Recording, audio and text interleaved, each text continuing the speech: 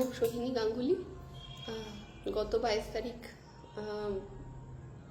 সকাল থেকে এবং ভোর রাত অবধি 23 তারিখ ভোর রাত অবধি আমার সাথে যা যা হয়েছিল এবং আমার সন্তানের সাথে যা যা হয়েছিল সেগুলোকে নিয়ে ফেসবুক বা সোশ্যাল মিডিয়াতে যে ধরনের আলোচনা হচ্ছে বা ট্রোলিং হচ্ছে বা কথা হচ্ছে সেগুলো নিয়ে আমি কিছু বলতে মানে আমার কথাগুলো বলতে এলাম। মানে হয়তো এই নিয়েও আরও অনেক কথা উঠবে। আমি এমনই অভাগা মা, আমার বুকে দুধ শুকিয়েছে কিনা আমি বুঝতে পারছি না। আমার সেলাই এখনো কাটেনি, তাও আমার এই নিয়ে কথা বলতে হচ্ছে। সবাই বলছে কাঁদতে না, নর্মাল হতে, কিন্তু নর্মাল হওয়ার জন্য যে পথটুকু নিয়ে বেরোতে হবে আমি সেটাও বেরোতে পারছি না। আমার 22 তারিখ ভোরবেলা হঠাৎ করে বেবি মুভমেন্ট কম আসায় আমি আমার হাজবেন্ডকে বলি 5:30 নাগাদ যে দেখো তো তুমি কিছু শুনতে পাচ্ছ? আমি বাথরুমে উঠেই বলে ও তখন এসি আর ফ্যান অফ করে কান পেতে শোনে, বলে হ্যাঁ একটু সামান্য পাচ্ছি তো। আমি বললো কাল যাবে তো ডাক্তারের কাছে? না, হ্যাঁ যেতে তো হবেই। এবার খুব বৃষ্টি পড়ছিল, আমাদের তো গাড়ি ছিল না, গাড়ি অ্যারেঞ্জ করতেও একটু সময় লাগে। ও তখন আবার যখন আমি বাথরুমে উঠি 7:30 নাগাদ ডাক্তারকে আমি ফোন করি। হ্যাঁ, ফোন করে আমরা ডাক্তার বলে যা বলার ওকে বলে। ডাক্তারবাবু তখন বলেন 7:30 নাগাদ আমি ফোন করাতে ডাক্তারবাবু বলেন যে আপনি ইমিডিয়েটলি চলে আসুন আমার কাছে নিয়ে, আমি 8টা অবধি বাড়িতে আছি, আপনি তাড়াতাড়ি চলে আসুন, আমি দেখছি। তো তখন আমি গাড়ি বুক করে ওকে নিয়ে আমরা 8টার আগেই পৌঁছে যাই ডাক্তারের কাছে। ডাক্তারবাবু তখন ওকে দেখেন, দেখার পর হার্ট রেট যেটা আসে ফিটাল হার্ট রেট, সেটা সকালবেলা 8টার সময় ওর 108 BPM আসে, যেটা আমি জাস্ট যেহেতু কিছু কথা উঠেছে আর কি ও বলছে বলে আমি তাও বলছি। আমার নাম অনির্বাণ দে রায়, ওর হাজব্যান্ড, তাই জন্য আর কি আমি এখানে আছি। তো ব্যাপার হচ্ছে সকালবেলা ডাক্তারবাবুর কাছে নিয়ে যাওয়ার পর ডাক্তারবাবুর ফিটাল হার্ট রেট যেটা 108 পার মিনিট আসে, এই যে আমি স্ক্রিনে দেখাচ্ছি, এটা হচ্ছে 22 তারিখে সকালবেলা ডাক্তারবাবু নিজে লেখেন ওনার বাড়িতে fetal heart rate 108 per minute on Doppler. দেখানোর পর উনি দেখেন তখন ওর প্রেশারটা একটু বেশি, সেটা হচ্ছে 150/98 এই যেটা আছে। এই প্রেশারটা নিয়ে আমি জাস্ট বলে যাচ্ছি, একটু আমি বলছি এখানে। সেটা হচ্ছে ওর প্রেসক্রিপশনটা আমি দেখাচ্ছি, যেটা প্রথম থেকে প্রেসক্রিপশন আছে আমাদের এই জানুয়ারি থেকে। ওনাকে প্রথম আমরা 18 তারিখ দেখাই, 18/1/2025-এ। তো সেখান থেকে প্রেসক্রিপশন যা যা ডেট ওনাকে দেওয়া হয়েছিল, ওনার কাছে গেছি আমরা, এখানে তার প্রেশারগুলো এখানে এই পরিষ্কার লেখা আছে। প্রথমে ছিল 140/92, প্রথমে একদম প্রথম যখন আমরা দেখাই সেটা ডাক্তারবাবু বলেন যে যেহেতু প্রথম একদম তখন বডিতে বিভিন্ন চেঞ্জেস হয় প্রেগনেন্সিতে, তো এইটা প্রেশারটা উনি কোনো চিন্তার কারণ বলেননি। আর সেইভাবে কোনো কিন্তু প্রেশারের ওষুধ এখানে কিন্তু মেনশন নেই, আপনারা দেখতে পারেন। এই হচ্ছে আমাদের প্রেসক্রিপশনটা আমি ধরলাম। আচ্ছা, তারপর ওর 2 তারিখে 2/2/2025-এ আমরা নিয়ে যাই, তখন ওর প্রেশার 140/80, 140/80। আচ্ছা, তারপর আমরা আবার ডাক্তারের কাছে যাই, এই পরপরগুলো আছে 2/2-এর পর হচ্ছে 1/3/2025, এই যে 1/3/2025, সেখানে ওর বিপি হচ্ছে 110/70, এই যে দেখা যাচ্ছে 110/70। আচ্ছা, তারপর প্রেশার আমি দেখাচ্ছি, আমি পুরো মেডিকেল হিস্ট্রিটাই দেখাচ্ছি, এই জন্য আমি ওকে আটকে এই জন্য বলছি, কারণ ডক্টর দাসের ভিডিও থেকে কিছু উঠে এসেছে। সেই কথা অনুযায়ী অনেকেই আমাদেরকে বলা হচ্ছে বা ওকে বলছে যে আপনার হাই ব্লাড প্রেশার ছিল, তাহলে তার মধ্যে আপনি কেন অ্যাক্টিভিটিস করেছেন, কেন বেড রেস্টে থাকেননি, বা বিভিন্ন কাজ কেন করেছেন, ব্যাপারটা হচ্ছে কাজ কেন করেছেন আপনি, বা ভিডিও কেন বানিয়েছেন। তো সেই জন্যই দেখানো এই জিনিসগুলো। তো এখানে তারপরে এই যে 22/3/2025 তার সেখানে প্রেশার হচ্ছে 98/70, ঠিক আছে। আচ্ছা, তারপর আবার আমি আসি 21/4/2025, সেখানে প্রেশার হচ্ছে 110/70, দেখা যাচ্ছে আশা করি 110/70। তারপর প্রেশার আবার 20/5/2025, সেখানে প্রেশার হচ্ছে 120/70, এই যে 120/70। তারপর আবার 21/6/2025, সেটা প্রেশার হচ্ছে 120/80। আশা করি এর থেকে নর্মাল প্রেশার আমাদের এমনি সাধারণ মানুষেরও হয় না। তো 120/80। তারপর প্রেশার আবার 19/7/2025, খুব তাড়াতাড়ি আমরা চলে এসেছি আর কি শেষে যা হয়েছিল, 110/70, এই যে 19/7/2025। তারপর 2/8/2025, মানে হচ্ছে এই মাসে আগস্টেই 2/8/2025 ওর প্রেশার ছিল প্রথমে 140/88 লেখা আছে, দেখতে পাচ্ছেন 140/88 কেটে ওনার লেখা 130/88। এটার কারণ ছিল বলে দিচ্ছি আমি জাস্ট একটা ছোট করে। আমরা অনেকক্ষণ ওয়েট করছিলাম, ওকে নিয়ে আমরা কাপাতে দেখাতাম ডায়াগনস্টিক সেন্টারে। অনেকক্ষণ ওয়েট করাতে ডাক্তার দেরিতে আসেন, একটু যা হয় ওয়েট কারেন্ট গিয়েছিল গরমের মধ্যে 140/88 দুপুর বেলা ছিল, দুপুরে। যাই হোক, উনি তারপর কিছুক্ষণ পর বেরোনোর আগে আরেকবার প্রেশার চেক করেন, তখন দেখেন যে 130/88। তখন উনি বুঝে যান যে হ্যাঁ ঠিক আছে, নর্মাল। তখনও কোনো কিন্তু প্রেশার ওষুধের কোথাও মেনশন নেই, আপনারা দেখে নিতে পারেন, কোনো প্রেশার ওষুধ দেওয়া হয়নি 2/8/2025, ঠিক আছে, আগস্ট অবধি। সেকেন্ড প্রেসক্রিপশনে আমি আসছি, যেটা হচ্ছে 19/8/2025। এই যে 19/8/2025, 2/8-এর পর এই প্রেসক্রিপশনে আপনারা প্রেশার দেখছেন 130/92, 130/92। এই সময় উনি আপনাকে, তখন আমি এখানে দেখাচ্ছি যে ওষুধগুলো আছে: আইরোজল, আয়রনের ওষুধ; ক্যালজিলন, ক্যালসিয়ামের ওষুধ; প্যাংডি, গ্যাসের ওষুধ; আর তার সাথে আছে আরজিপ্রেক, আর আছে হচ্ছে যেটা ওর একটা বমির ওষুধ ছিল, ডাক্তার এখানে ডক্সিনেট, সেটা এখানে মেনশন নেই কারণ কি ডক্টর ওটা কন্টিনিউ করছিলেন, এটা তার আগে মেনশন আছে। তো এর মধ্যে যেটা বলার হচ্ছে, ওনার কিন্তু তখনও প্রেশার ওষুধ দেননি উনি। তারপর উনি কল করেছিলেন, ওভার কল উনি বলেছিলেন একটা ওষুধের কথা, সেটা হচ্ছে লেবেডাভ 100 বলে একটা ওষুধ। সেটাকে আমরা 20 তারিখে সকাল থেকে আমরা খাইয়েছি, 20 তারিখ সকালবেলাও খায়, 21 তারিখ সকালবেলা খায়, মানে মাত্র 2 দিন খায়। 2 দিন খাওয়ার পর কিন্তু প্রেশার নর্মাল ছিল, কারণ আমরা নিজেরা প্রেশারের মেশিন আমরা কিন্তু পরের দিনই অর্ডার করে ফ্লিপকার্ট থেকে কিনে আনি, আরও বাড়িতে চেক করে আমরা জানাই যে প্রেশার নর্মাল আছে। তারপর এবার চলে আসি 22 তারিখের ঘটনায়, যেটা ও বলল। সকালবেলায় ডাক্তারবাবুর বাড়ি যাওয়ার পর ডাক্তারবাবু চেক করেন, তখন হার্ট রেট যেটা বললাম, এই যে 108, যেটা দেখতেই পাচ্ছেন, সাথে প্রেশারটা তখন দেখতে পারবেন 150/98। এই যে সেই সময়টা প্রেশার ছিল 150/98, এটা 22 তারিখ সকালে, যেই দিনকের ঘটনা সেই দিনকে। তো তখন ডাক্তারবাবু ওকে বলেন যে তুমি সকালবেলা ওষুধ খাওনি, ওকে বলে আপনি ওষুধ খাননি সকালে প্রেশারে, না খেয়ে বেরিয়ে গেছিলাম। টেনশনের মধ্যেও কিন্তু না খেয়ে চলে গেছিল, শুধু গ্যাসের ওষুধটা খেয়েছিল। তখন ওকে বলা হয় যে তাহলে ওষুধ থাকলে খেয়ে নাও। আমি ব্যাগে করে নিয়ে গেছিলাম, আমি জানতাম যে হয়তো খেতে লাগতে পারে পরে কখনো, সেই জন্য আমাকে উনি বললেন এক্ষুনি খেয়ে নাও। আমি ওনার বাড়িতে বসেই চেম্বারে আমি একটা ওষুধ ওখান থেকে খেয়ে নিই, আর তখনই বলেন যে এক্ষুনি ইউএসজি করতে হবে এবং অক্সিজেন দিতে হবে। আমায় বলে জোরে জোরে শ্বাস নিতে, আমি সেই মতন জোরে জোরে শ্বাস নিচ্ছিলাম। আর সেদিনকে খুবই বৃষ্টি শুরু হয়ে গেছিল, তার মধ্যেও আমরা, তখন উনি বললেন যে জেএনএম নিয়ে যেতে হবে। তখন উনি অ্যাকচুয়ালি তার আগে জেএনএম এর আগে উনি বলেছিলেন যে আমি 8টার পর বেরিয়ে যাব, আমার 10টা নাগাদ বা ওরকম সময় কল্যাণী মিলেনিয়াম নার্সিংহোমে ওটি আছে, আমি ওখানেই থাকবো, আমার একটা ওটি আছে, আপনি 10:30 অবধি আমি আছি, তারপরে আমি একটা কলেজে চলে যাব ক্লাস করাতে, তার মধ্যে আপনি ইউএসজি করে আমার কাছে নিয়ে আসুন অক্সিজেন দিয়ে, আমি ওর দরকার হলে আজকে ওটি করে দেবো বলেছিলেন। চাকদা মেডিকেল কলেজ বা চাকদা কলেজে উনি ক্লাস করাতে যাবেন, এরকম কিছু উনি বলেন। তারপর ওখান থেকে উনি আমাদের বলেন যে উনি ফোন করেন, পলিক্লিনিকে পাওয়া যায় না বা কিছু, অত সকালবেলা ইউএসজি হয় না। সেই মুহূর্তে ডাক্তারবাবু বলেন যে জেএনএম এ নিয়ে যান, উনি লিখেও দেন, জেএনএম এখানে লেখা আছে, হসপিটালাইজড জেএনএম মেডিকেল কলেজ বলে উনি লিখে দেন, লিখে ওখানে ওটি যে O2 লেখা আছে, আর এখানে আর্জেন্ট ইউএসজি লেখা আছে করে উনি ছেড়ে দেন। আর আমরা সঙ্গে সঙ্গে চলে যাই জেএনএম এ গিয়ে, এই যে তখন আমি জেএনএম এর এই আমরা টিকিটটা আছে জেএনএম এ, যেহেতু আমরা অ্যাডমিট করিনি তার কারণটাও বলছি, এখানে আমার সই করা আছে, এই যে আমার সই করা আছে জেএনএম এর টিকিটটা, এই যে সৈনী গাঙ্গুলির নামে এখানে টিকিট আছে। তো এখানে যাওয়ার পর প্রথমে আমাকে বলা হয় যে ইউএসজি করতে গেলে ওকে অ্যাডমিট করতে হবে, ওকে বেডে শোয়ানো ছিল, ওকে বলা হয় যে অ্যাডমিট করতে হবে। সেই সময় যেহেতু আমরা সত্যি কথা বলতে ডক্টর দাসের কাছে আমরা মানে যেরকমভাবে আমরা দেখিয়েছি 9 মাস ধরে, আমরা ওনাকে এতটাই ভরসা, ওনাকে ঠাকুরের মতো, আমরা অনেক ভিডিওতে বলেওছি, এর আগে অনেককে বলেছি যে উনি আমার কাছে ভগবানের মতো, মানে আমি ওনাকে এত বিশ্বাস করি যে উনি যা বলবেন তাই।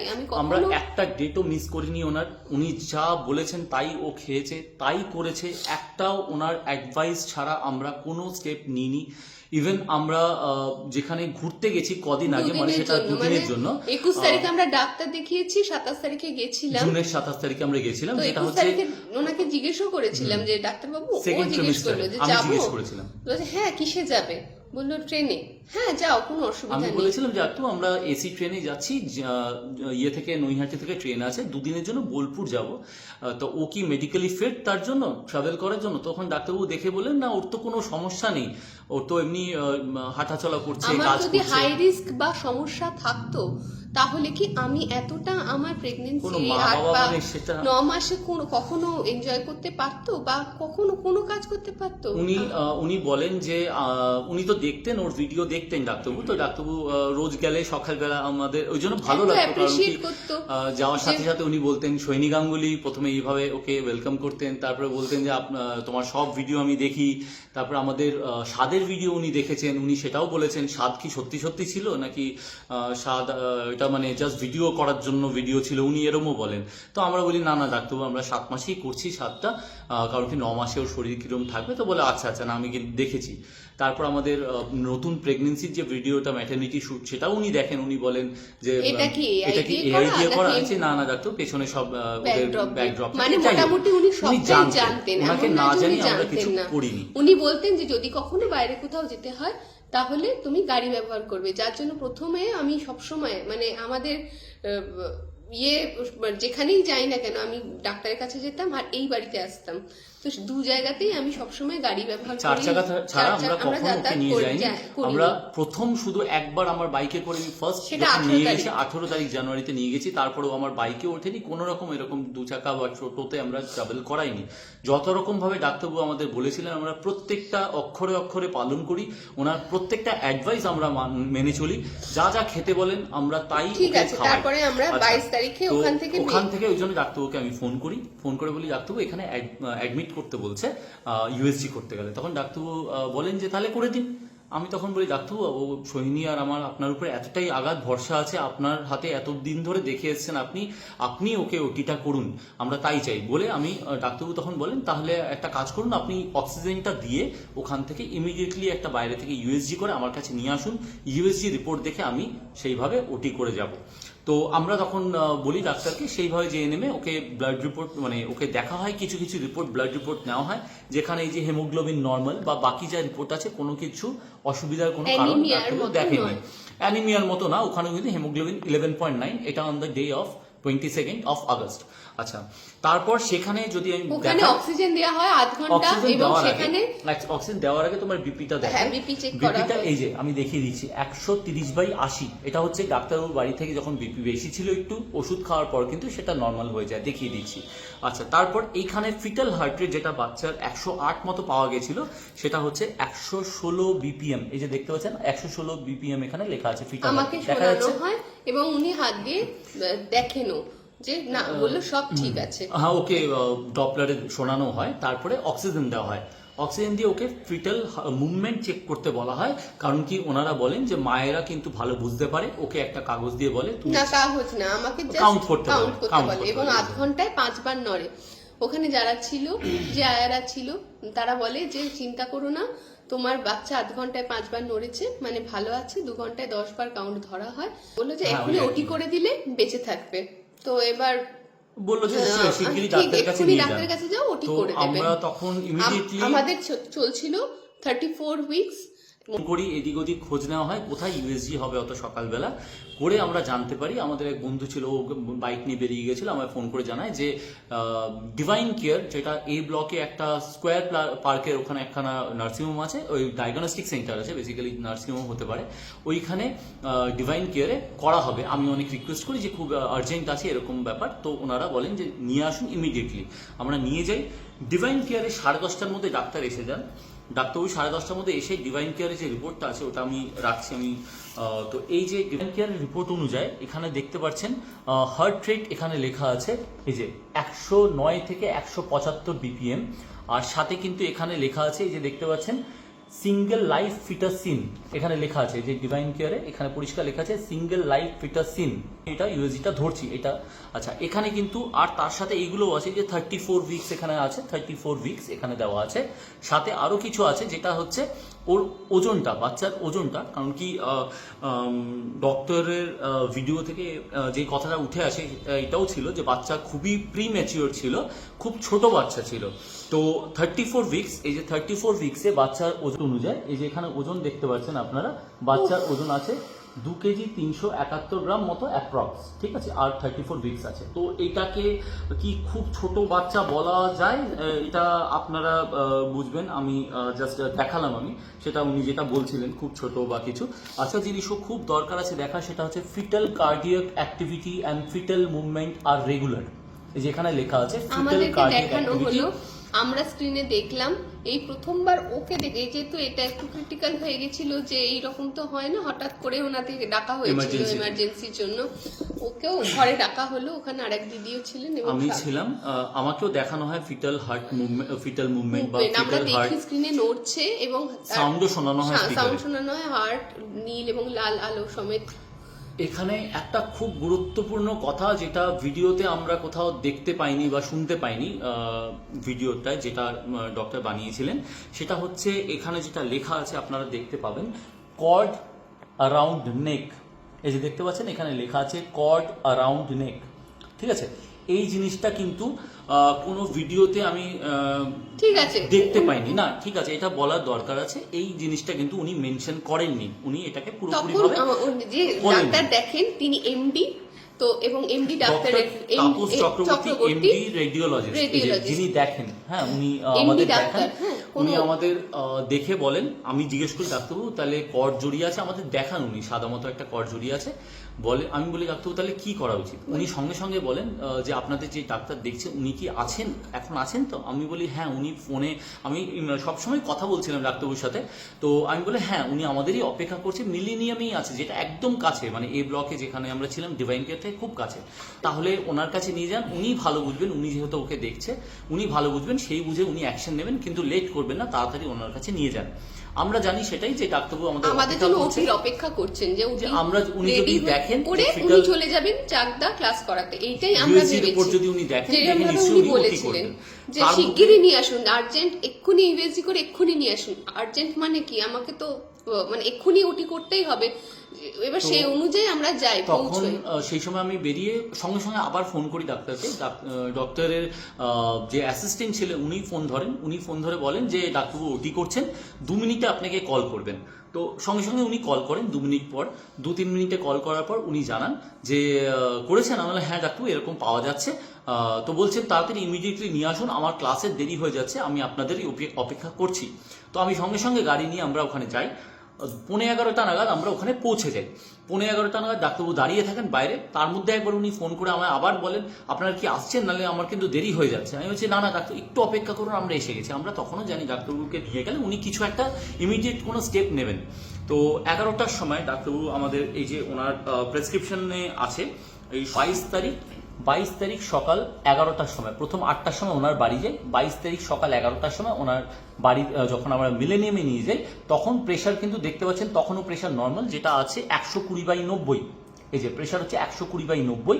তখনও উনি এই যে এখানে লেখেন যে কর্ড অ্যারাউন্ড নেক, এটা উনি ফ্রম প্রেসক্রিপশন যে ফ্রম ইউএসজি উনি লিখে দিয়েছেন 10:30, মানে সকাল 10:30টার সময় ইউএসজি হয়েছে, 11টার সময় ওনার কাছে নিয়ে গেছি, সেইটুকু সময়ের মধ্যে উনি কিন্তু এটা লেখেন কর্ড অ্যারাউন্ড নেক। আর এখানে লেখাও আছে ফিটাল হার্ট রেট 109 থেকে 175, এই যে ওনার লেখা আছে ওনার হাতে, উনি সেটা ফ্রম ইউএসজি রিপোর্ট অনুযায়ী উনি লেখেন, দেখে ওকে নিয়ে যাওয়া হয়, আমিও থাকি। তারপর উনি আমাকে একটা কেবিনে নিয়ে যান, আমি ভাবছিলাম যে সরাসরি ওটিতে যাওয়া হবে, তা না, নিচে আমাকে একটা কেবিনে নিয়ে যায়, আমরা দুজনে ঢুকি এবং সেখানে গিয়ে উনি আবার আমাকে স্টেথো দিয়ে দেখেন এবং বলেন এই তো নড়ছে। আমি বলি হ্যাঁ এই তো নড়লো, আমরা দুজনে একসাথে ফিল করি, যেরকম আগে কখনো টেস্ট করলে চেক আপে গেলে উনি আর আমি একসাথে বুঝতে পারতাম, এবং সেটাতে আমি ওনাকে বলি হ্যাঁ নড়ছে।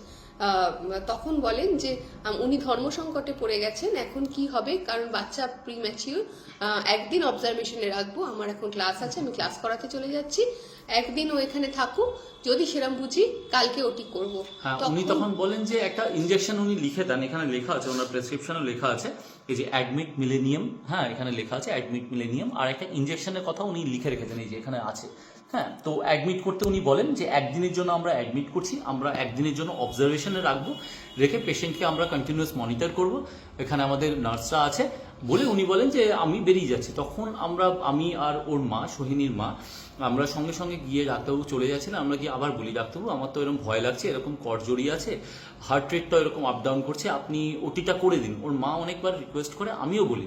তখন উনি বলেন ওই কথাটাই যেটা আবার সোহিনী বললো, আরেকবার বলেন যে ধর্ম সংকটে পড়ে আছি, বাচ্চাটা খুব ছোট, বের করার পর যদি অসুবিধা হয়, আবার থাকলে আবার মায়েরও কি সমস্যা হতে পারে, ঠিক আছে চিন্তার কোনো কারণ নেই, এখানে তো অবজারভেশনে আছে, অ্যাডমিট করে দিন, কোনো চিন্তা নেই, আমি ফোনে থাকবো, আমি 2টোর মধ্যে এসে ওকে আরেকবার দেখে যাব। উনি ওই কথা শোনার পর আমার মনে হয় তাহলে ডাক্তারবাবু নিশ্চয়ই বুঝেছেন যে কোনো ভয়ের বা কোনো রিস্কের কোনো কারণ নেই, উনি সেই আশ্বাসটা আমাদের দেন। আমরা সেই অনুযায়ী আমরা ভাবি ঠিক আছে তাহলে তো অসুবিধা নেই, ডাক্তারবাবু বলেছেন আর বারবার বলছেন যে সব অবজারভেশনে থাকবে। সঙ্গে সঙ্গে ওকে নিয়ে যাওয়া হয় উপরে 4th ফ্লোরে নিয়ে গিয়ে ওকে অ্যাডমিট মানে একটা বেডে দেওয়া হয়। বেডে দেওয়ার পরে মানে মনিটরিং বা অবজারভেশনের জন্য যে কাজগুলো দরকার সেগুলোর মধ্যে কোনোটাই শুরু হয় না। মনিটরিং মানে প্রেশার, আমি দেখতে পাচ্ছি না কোনো যন্ত্র যেখানে আমার প্রেশার চেক হচ্ছে বা অক্সিজেন স্যাচুরেশন দেখা হচ্ছে বা আমাকে অক্সিজেন দেওয়া হচ্ছে যেখানে আমার শ্বাসের জন্য বাচ্চা শ্বাস পাবে। অনেকক্ষণ থাকার পরে 2জন নার্স ছিলেন ওখানে, এবং আমি একবার না অনেকবার বলেছিলাম এখানেই তো অক্সিজেনটা আছে, একটু দেবেন, আমার বাচ্চাটা পাবে, আমার জন্য না। ওরা বললো যে তুমি বলবে না, তোমার কি দরকার, আমরা যেটা ভালো বুঝবো সেটাই করব। এবং সেই সূত্রে আমার সাথে যারা ছিল, আমার পরিবার, বন্ধু, বোন, তারাও বললো যে এরকম ভাইয়ের বউ ছিল আর আমি ছিলাম, পূজা ছিল, ওদেরকে বলা হয় যে আপনারা বাইরে যান না। ওরাও বলে যে ওকে একটু অক্সিজেন দিন, আমি কি আমার জন্য চাইছি না, তবে বাচ্চাটার জন্য চাইছিলাম, ওরা তাও দেয়নি। এবার আমি ওরম ভাবে পড়ে আছি, আমায় বলেছে বা পাশ ফিরে শুয়ে থাকতে, আমি বা পাশ ফিরে শুয়ে আছি। তো ওদেরকে বলে তোমরা বেরিয়ে যাও, তোমরা এখানে থাকবে না, বাকি অন্য কথা অনেক রকম। তো সেগুলো হলো, আমাকে এনে চেক করিয়ে দেখালো, দেখো তোমার অক্সিজেন স্যাচুরেশন 98, তোমার লাগবে না বলে অক্সিজেন দিল না। আর যেটুকু করেছে মানে মনিটর করার বলতে কোনো আরএমও বা কাউকে তো আমরা দেখতে পাইনি ওখানে, যেটা বলেছেন ডক্টর, আরএমও ছিল না, 2জন নার্স ছিলেন, দুজন নার্স ছিলেন, 3জনও না, 2জন নার্স ছিলেন। যেটা মনিটর হয়েছে, ডাক্তারবাবু ওকে অ্যাডমিট করিয়ে তো চলে গেছেন, ডাক্তারবাবু তো উপরেও যাননি, উনি নিচেই বেরিয়ে গেছেন। ওকে অ্যাডমিট আমার সাথে নিয়ে গিয়ে আমি করেছি, কাগজপত্র জমা দিই। ওকে যেটা করা হচ্ছিল, ডপলারে ওনারা দেখছিলেন, দুজন মানে একজনই দেখছিলেন, আরেকজন ওর পাশে ছিল, দেখছিল, ওর সাথে কথা বলছিল, কি খাবে না খাবে, কালকে তুমি কি খাবে, এইসব কথা বলছিল। ডপলারে কিছু পাচ্ছিলেন না ওনারা, তখন ওনারা ডাক্তারবাবুকে তখনই ফোন করেন, ডাক্তারবাবু আপনি কোন দিকে পেয়েছিলেন, ডান দিকে না বাঁ দিকে, এইসব ওনারা আমাদের সামনে ফোনে কথা বলেন। ডাক্তারবাবুর সাথে কথা কন্টিনিউয়াসলি হচ্ছিল, আমরা বাইরে চিন্তায় দাঁড়িয়েছিলাম অনেকক্ষণ ধরে। আর ওকে তখন একটা কাগজ দিয়ে বলা হয় যে মুভমেন্ট পেলে কাউন্ট করবে, ছিড়বে, কাগজটা ছিড়বে। প্রথমে আমি 2বার খুব জোরেই পাই এবং তারপরে একবার খুব মৃদু পাই, এবং আমাকে একটা সাদা কাগজ দেওয়া হয়, দিয়ে বলে ছিঁড়তে। আমি লাস্ট 12টায় একটা লাস্ট ছিঁড়েছিলাম, তারপরে আর ছিঁড়তে পারিনি। তখন আমি সিস্টারকে কন্টিনিউয়াসলি বলতে থাকি, ম্যাম আপনি কি ডাক্তারের সাথে কথা বলেছেন, একটু বলুন না যে ও আর মুভমেন্টটা খুব একটা ফিল করতে পারছে না। তো সেই মুহূর্তে সিস্টার বলে আমরা তো কন্টিনিউয়াসলি কথা বলছি, ডাক্তারবাবু আসবেন 2টোর সময়। আমরা ওয়েট করে থাকি, আমরা তখনও ভাবছি কি হয়ে গেল, এরকম পাচ্ছে না, চিন্তা হচ্ছে। আমাদের বাড়ির লোকজন আসছে ততক্ষণে, আমরা নিচে গিয়ে ওয়েট করি ডাক্তারবাবু কখন আসবেন, ততক্ষণে ও ছটফট করছে, চুপচাপ শুয়ে আছে আর বারবার কিচ্ছু বলছে না, একটা কথা বলছে তাই করছে। আমি ওকে তারপর এইসবের পর আমি 1:30 নাগাদ একবার ডাক্তারবাবুকে ফোন করি, ডাক্তারবাবু তখন ফোনটা ধরেন না। তো আমরা ওয়েট করি যে ডাক্তার তো বলেছে 2টোর মধ্যে আসবে, তো 2টোর সময় 2:03 নাগাদ ডাক্তারবাবু আসেন ওখানে। আমি ফোন করব তার আগেই উনি আসেন, এসে আমি সঙ্গে সঙ্গে পেছন যাই, ওনাকে বলি যে ডাক্তারবাবু আমি আসবো। উনি বলেন যে আপনি দাঁড়ান, আপনাকে ডাকা হবে, আমি যাচ্ছি বলে উনি চলে যান। গিয়ে উনি আবার ওখানে ডপলার দেখেন, মেশিনে ডপলার দেখে উনি এলেন, এসে বললেন কি হয়েছে তোমার, দেখি তোমার জন্য আমি ভালো করে ক্লাসটা করাতে পারলাম না। এলেন দেখলেন, আমি বলে ডাক্তারবাবু ইঞ্জেকশনটা কিসের দেওয়া হয়েছিল? তো বললো যে ওটা ম্যাচিউরিটির জন্য দেওয়া হয়েছে, যতটা ম্যাচিউর হওয়া যায়। তো তারপর বলো ওটি করতে হবে, যদি ওটি করতে হয় তাই জন্য আগে থাকতে ওটা দিয়ে রাখা। তো আচ্ছা, তারপর উনি ডপলার করতে গেলেন, পেলেন না। ওদের যেখানে আমাকে নিয়ে যাওয়া হয়েছিল মিলেনিয়ামে, সেখানে কোনো ইউএসজি কোনো সিস্টেম এক্সপার্ট কেউ নেই, ছিল না। তো ওদের রেডিওলজিস্ট ছিল একখানা না। একটা ইউএসজি মেশিন ওনাদের কাছে ছিল, সেটাকে উনি নিচ থেকে আনান লিফটে করে আনানোর পর উনি দেখেন, উনি যদিও রেডিওলজিস্ট না, আমাকে বলেও যে দেখুন আমি তো এটার এক্সপার্ট না, কিন্তু আপনাদের জন্য আমি এই মেশিনটাকে আনি, একবার চেক করছি। উনি তখনও পান না কিছু। আমাকে বেরিয়ে এসে আমায় বলে, ওকেও বলে যে পাচ্ছি না, তারপরে বাইরে এসে আমাকেও বলে যে দেখুন সকাল থেকে তো আমি আপনাকে বলছি ফিটাল হার্ট রেট আমি পাচ্ছি না। তখন আমি বলি ডাক্তারবাবু আপনি তো সকালবেলা নিজের হাতে আপনি লিখলেন যে 108/মিনিট এরকম আপনি পাচ্ছেন, তারপরে আমরা সকালবেলা ইউএসজি আমার করা হলো, আমি নিজের চোখের সামনে আমি দেখলাম, শোনানো হলো আমাকে, আমাদের হার্টবিট শোনানো হলো, হ্যাঁ সব কিছু পেলাম, কর্ড অ্যারাউন্ড নেক এরকম আছে। তখন উনি আমাকে বলেন বাইরে এসে, ওয়ার্ডের বাইরে এসে আমাকে তখন বলার পর উনি বলছেন যে আপনি কি দেখেছেন কি শুনেছেন আমি কি করে বুঝবো, এই কথাটা উনি আমায় বলেন। বলার পর উনি বলেন, আমি বলি ডাক্তারবাবু প্লিজ একটু দেখুন, আপনি একটা চেষ্টা করে দেখুন কিছু যদি করা যায়। তখন উনি বলেন দেখুন আমি যদি বাচ্চা বেঁচে না থাকে আমি তো কিছু করতে পারবো না, বাচ্চা বেঁচে থাকলে নয় আমি কিছু করতে পারি, তাহলে একটা কাজ করুন বাইরে থেকে আরেকটা ইউএসজি করিয়ে আনুন, করিয়ে আমি তখন সেই রিপোর্টটা যদি ঠিক থাকে আমি তাহলে বাড়ি থেকে এসে ইমিডিয়েটলি এসে আমি দৌড়ে এসে ওকে ওটি করে দেবো বলে উনি আবার চলে যান। উনি কিন্তু ওয়েট করেন না, উনি চলে যান। আচ্ছা সেই সময় আমি আবার এদিক ওদিক ফোন করতে লাগি, ফোন লাগাতে লাগি। উনি একটা খোঁজ দেন ওখানে কল্যাণী মিতালিতে, উনি বলেন আমি ফোন করে দিয়েছি মিতালিতে 4টে নাগাদ নিয়ে যাবেন। তখন যদিও 3টে নাগাদ, 2:45 ছিল যখন ডাক্তারবাবু চলে যাচ্ছিলেন বাড়ি, উনি বলেন 4টে নাগাদ নিয়ে যাবেন, ওই আপনাকে প্রথমেই করে দেওয়া হবে, মানে যা লোকের লিস্ট আছে অনেক লাইন আছে কিন্তু আপনাকে ইমার্জেন্সি পারপাস আগে করে দেব, তো না করে দেওয়া হবে। এবার বলেছে। সেইখানে আমি ফোন করি, আমিও ফোন করি বা নার্সিংহোম থেকে ফোন করানো হয়, মিতালি থেকে জানানো হয় যে 5টার আগে ডাক্তার কিন্তু আসবে না, 4টে বলা হয়েছে কিন্তু 5টার আগে ডাক্তার আসবে না। তো আমি তখন আবার রেসলেস হয়ে যাই, আমি এদিক ওদিক আবার ফোন করি, আবার ডিভাইন কেয়ারে ফোন করি, কোথাও ডাক্তার নেই। মেডিভিউতে আমাকে অনেক রিকোয়েস্ট করার পর কান্নাকাটি করে আমি ফোনে বলি, বলার পর যে এরকম খুব আর্জেন্ট আছে, এরকম পাওয়া যাচ্ছে না, তখন ওনারা বলেন নিয়ে আসুন আমরা দেখে নিচ্ছি। ম্যাডাম আছেন, যেই ম্যাডাম করছেন ডাক্তার, উনি ডক্টর বেরিয়ে যাবেন। তো আমরা তখন আবার একটা গাড়ি অ্যারেঞ্জ করে, কল্যাণীতে গাড়ি অ্যারেঞ্জ করে আমরা ওকে সেই অবস্থায় আবার নিয়ে গিয়ে ছুটে গিয়ে আমরা মেডিভিউতে নিয়ে যাই। তখন ওই 4:45 নাগাদ আমরা হয়তো মেডিভিউতে চলে যাই, গিয়ে ওখানে ডক্টর ইউএসজি করায়। তখন কিছু একটা উনি হয়তো মানে খুব একটা স্যাটিসফাইড হন না, ওনাকে আবার ওকে বাইরে বের করে আবার 10 মিনিটের জন্য ওয়েট করতে বলে একটু ওয়েট করুন, আবার একবার করব, আবার ইউএসজি হয় করে। তখন ডাক্তারবাবু আশা করি, আমার মনে হলো ওনার কথা বা ওনার ইয়েতে যে উনি আর ফিটাল হার্ট রেট তখন পাননি, কিন্তু আমাদের কিছু বলেননি উনি। আমরা জিজ্ঞেস করেছি, উনি বেরিয়ে যাচ্ছিলেন, বললেন না আমি কিছু বলতে পারবো না, এসে 5:30-6টার সময় লিখিত রিপোর্ট এসে নিয়ে যাবেন। তো আমরা অনেক রিকোয়েস্ট করি, যাই হোক উনি বলতে চাননি। তখন আমার একটু মনে হচ্ছিল যে কিছু হয়তো আশা নেই বা কিছু। সেই মোমেন্টে আমি ডাক্তারবাবুকে আবার ফোন করি, ডাক্তারবাবু বলেন যে তাহলে আর বসিয়ে কি করবেন, আপনি নিয়ে যান মিলেনিয়ামে গিয়ে আবার ওকে বেডে দিয়ে দিন। আবার ওকে আমরা টানা হাতছাড়া করে আবার গাড়ি করে মিলেনিয়ামে গিয়ে আবার 4 তলায় গিয়ে আমরা ওকে বেডে দিই। ততক্ষণে আমরা ডাক্তার থেকে এদিক ওদিক থেকে ফোন করে জানানো হয়, যে জানা যায় মিলেনিয়াম থেকে একজন ফোন করেন ওই ম্যাডামকে, ওই ডাক্তারকে যিনি করেছিলেন মেডিভিউতে, সেই রিপোর্টটা আমি দেখাবো। উনি তখন জানান অন কল যে ফিটাল ডিমাইস বা আইইউএফডি মানে ইন্ট্রা ইউটেরাইন ফিটাল ডিমাইস উনি জানান। তো ওটা জানানোর পর ডাক্তারকেও জানতে পারেন, ডাক্তার উনি আমায় ফোন করেন, ডক্টর দাস ফোন করে আমাকে জানায় যে দেখুন জানি ওখানে কিন্তু আইইউএফডি হয়ে গেছে, বাচ্চা আর নেই।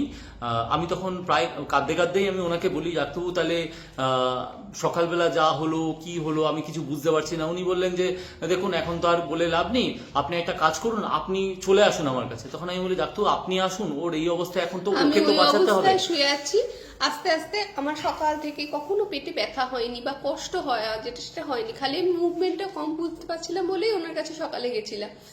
এবার তখন সন্ধ্যেবেলার পর থেকে আমার পেটটা শক্ত হতে শুরু করে, আর ব্যথা হতে অল্প ব্যথা, মানে আমার ওই ব্যথাটাও মনে হচ্ছিল না যে আর কষ্টর মতন কিছু, ওটা আমি সহ্য করছিলাম। এবার তারপরে ওরা আবার উপরে আসে এবং তারপরে ওরা যায় ডাক্তারবাবুর বাড়িতে। আমি ডক্টরকে আমি বলি যে ডক্টর আপনি আসুন, আপনি হ্যাঁ উনি যখন বাড়িতে থাকেন উনি আমাকে বাড়িতে ডাকেন, উনি বলেন আপনারা আসুন, আমি কথা বলছি, একটা ওষুধ দিয়ে আমি বাচ্চাটাকে বের করে দেবো, 48 ঘন্টা সময় লাগবে, ওর লেবার পেন উঠবে, নর্মাল ডেলিভারি করে বের করে দেবো। তাই আমি বলছি ডাক্তারবাবু তো এই সময় আপনি একটু এসে দেখে যান, ওর কষ্ট পাচ্ছে। ডাক্তার বলে না এখন তো আমার এসে তো কিছু হবে না, যখন ফিটাল হার্ট রেট নেই আমি কি করব, আপনি আসুন, কি কি ওষুধ দিতে হয় মেডিকেশন আমি বলে দেবো। তখন আমরা আমাদের বাড়ির কিছু, যেহেতু আমার সেই অবস্থা, আমি নিজে গাড়ি চালিয়ে বা আমার নিজের গাড়িও ছিল না, আমার সেই অবস্থা ছিল না, আমার ওর ভাইরা যা আছে তারা দাদাদের সাথে আমরা 3-4 জন এরকম যাই, গিয়ে ওনার বাড়িতে আমরা যাই। ওনাকে গিয়ে দেখি তখন ওনার বাড়িতে, যেটা কাছাপাড়াতে আছে ওনার বাড়ি, ওনার বাড়িতে উনি তখন পেশেন্ট দেখছেন। আমরা গিয়ে ওখানে বাইরে দাঁড়িয়ে থাকি, যেটা এক ভিডিওতে ওনার কথা এসেছে যে আমরা নাকি মব অ্যাটাক করা হয়েছে, মানে খুব দুর্ভাগ্যজনক এরকম কথা শুনতে আমাদের এই সময় আরো মানে কিছু বলার নেই আমাদের, মানে এই কিছু মানুষটাকে আমরা দেখলে যারা চেনে তারা জানে এ কখনো কারোর গায়ে হাত কি দেবে, কি হয়ে বসে এখানে আমি হাত সেই জোড় সময় করে গিয়ে যাচ্ছিল। আমি হাত জোর করে ওনার সামনে দাঁড়িয়ে, মানে আমরা বাইরে দাঁড়িয়েছিলাম, পেশেন্ট বেরোনোর অপেক্ষা করছিলাম। ডাক্তারবাবু এই কথাটা যখন বলেছেন, ডক্টর এই কথা যখন শুনলাম আমার খুব খারাপ লাগলো। মানে তখন আমার আমি- যা হারানোর তা হারিয়েছি, কিন্তু ওনার তখন- কথায় আমি ঝাঁঝরা হয়ে গেছি। তখন আমি বাইরে, আমি এখন বলছি ওনার বাইরে, কিন্তু বাড়ির বাইরে সিসিটিভি আছে, উনি দেখাতে পারেন যে আমরা মব অ্যাটাক করেছি, যদি করে থাকি তো উনি প্রমাণ দেখে, আমরা তো ভার্বালি কথা বলছি না, আমরা প্রমাণ সহ কথা বলছি। আমরা তখন আচ্ছা সেই সময় আমি ওনার বাড়ি যাওয়ার আগে মেডিভিউতে আমি আরেকবার যাই, কারণ কি আমার রিপোর্টটা নেওয়ার দরকার ছিল। মেডিভিউর রিপোর্ট অনুযায়ী, এই যে মেডিভিউর রিপোর্ট 22 তারিখের মেডিভিউ রিপোর্টটা, ওটা আপনারা দেখতে পাবেন। এই যে 22 তারিখের মেডিভিউ রিপোর্টটা, এই রিপোর্টেও দেখতে পাচ্ছেন এইখানে লেখা আছে single non life foetus seen. তখন বাচ্চা নেই আমাদের থেকে, আর আমাদের পাশে নেই, নো কার্ডিয়াক পালসেশন সিন, এই যে এখানে আছে no cardiac pulsation seen, no foetal movement seen, এই যে এখানে আর নেই।